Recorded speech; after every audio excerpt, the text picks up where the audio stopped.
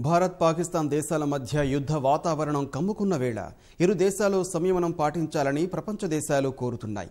రెండు అణ్వాయుధ దేశాల మధ్య ఉద్రిక్తతలు పెరిగితే ఇరు దేశాలే కాకుండా ప్రపంచం మొత్తానికి ప్రమాదమని ఆయా దేశాలు హెచ్చరించాయి. భారత్ పాక్ మధ్య తీవ్ర ఉద్రిక్తతలు నెలకొనడంపై ప్రపంచ దేశాలు ఆందోళన వ్యక్తం చేస్తున్నాయి.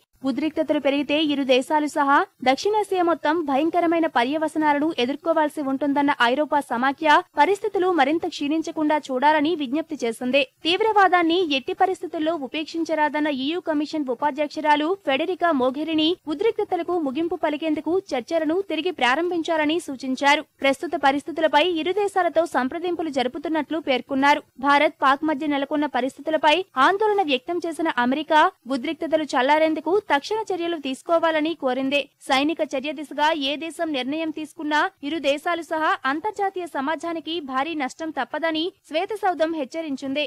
కశ్మీర్లో నెలకొన్న పరిస్థితులపై ఆందోళన వ్యక్తం చేసిన బ్రిటన్ ఇరు దేశాలు తమకు మంచి మిత్రులని ఉద్రిక్తతలను చల్లార్చేందుకు సంప్రదింపులు జరుపుతున్నట్లు వెల్లడించింది. బ్రిటన్ విదేశాంగ మంత్రి జెరెమీ హంట్ భారత్ పాకిస్తాన్ విదేశాంగ మంత్రులతో విడివిడిగా చర్చించినట్లు UK foreign and Commonwealth office ప్రకటించింది. అటు ఇరు దేశాలు సంయమనం పాటించాలన్న రష్యా రాజకీయ రాయబార సంప్రదింపుల ద్వారా ప్రస్తుతం నెలకొన్న ఉద్రిక్తతలను తొలగించుకోవాలని సూచించింది. తీవ్రవాద నిరోధక చర్యల్లో భాగంగా ఢిల్లీ ఇస్లామాబాద్తో కలిసి పనిచేసేందుకు తాము సిద్ధంగా ఉన్నామని తెలిపింది. భారత్ పాక్ మధ్య ఉద్రిక్తతలు ప్రాంతీయ భద్రతకు, దక్షిణాసియా సుస్థిరతకు ముప్పు అని సార్క్ అధ్యక్ష పదవిలో ఉన్న నేపాల్ వ్యాఖ్యానించింది. చర్చల ద్వారా సమస్యను పరిష్కరించుకోవాలని ఇరు దేశాలకు విజ్ఞప్తి చేసింది.